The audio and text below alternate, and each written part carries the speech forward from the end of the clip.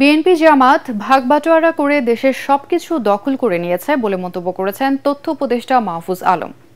রাজধানীতে এক অনুষ্ঠানে তিনি বলেন, রাজনৈতিক দল, সিভিল মিলিটারি আমলাতন্ত্রের কারণে কোনো কিছু পরিবর্তন বা সংস্কার করা যাচ্ছে না।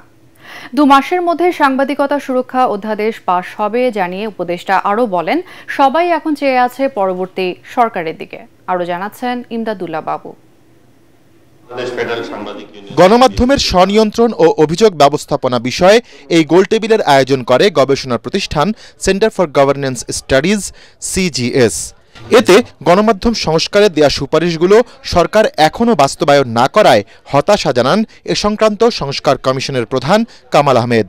আমরা তো আশা করেছিলাম, আমি বলেছিলাম, আপনার সাথে যখন আলোচনা হয়েছে, প্রধান উপদেষ্টার কাছে বলেছি, সবাইকে বলেছি যে সমস্ত বিষয়ে নীতিগত সিদ্ধান্ত নেওয়া দরকার, আইন প্রণয়নের দরকার হবে না, সে সমস্ত বিষয়ে আপনারা খুব সহজেই নিজেদের মধ্যে আলাপ আলোচনা করে, খুব বেশি চাইলে সম্পাদক এবং মালিকদের সাথে আলোচনা করে, ইউনিয়নগুলোর সাথে আলোচনা করে আপনারা আদেশ জারি করে দিতে পারেন, নীতিমালাগুলো হালনাগাদ করে দিতে পারেন। LME সার্টিফাইড বিশ্বসেরা কপারে তৈরি ওয়ালটন কেবলস, যা আপনার স্থাপনাকে রাখবে সব সময় নিরাপদ। অনুষ্ঠানে তথ্য উপদেষ্টা মাহফুজ আলম জানান, গণমাধ্যম সংস্কার কমিশনের দেয়া দ্রুত বাস্তবায়নযোগ্য 13টি সুপারিশের বিষয়ে কাজ করছে সরকার।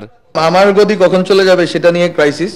আরেকটা ক্রাইসিস হচ্ছে যে গত 1 মাস ধরে গুঞ্জন শোনা যাচ্ছিল মিডিয়া পাড়ায় এখানে ওখানে যে ছাত্র উপদেষ্টারা নেমে যাবেন, এবং আমি আপনাদেরকে বলি ছাত্র উপদেষ্টারা নেমে যাবেন। ছাত্র উপদেষ্টাদের দপ্তর কাজ করা বন্ধ করে দিয়েছে গত 1 মাস। মানে কাজ স্লো হয়ে গেছে।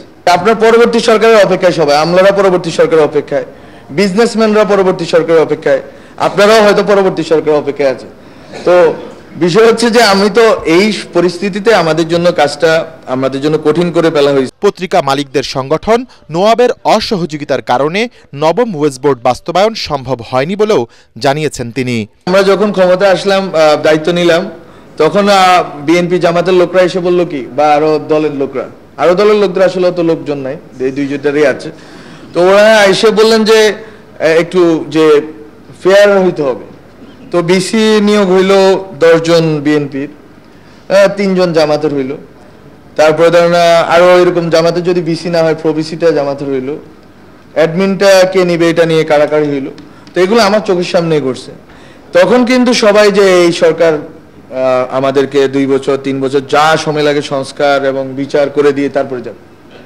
ওনারা 4 মাসের মধ্যে ওনাদের সব লোক সেট করা হয়ে গেল, কম বেশি হইলো, কারো হয়তো 60%, কারো 80%, কারো 20%, কারো 30%। হ্যাঁ, সব লোক সেট করা শেষ। এবার ডিসেম্বর থেকে শুরু হইলো অসহযোগ। উপদেষ্টা আরও জানান, অন্তর্বর্তী সরকারের কোনো সংবাদ মাধ্যম বন্ধ করার পরিকল্পনা নেই।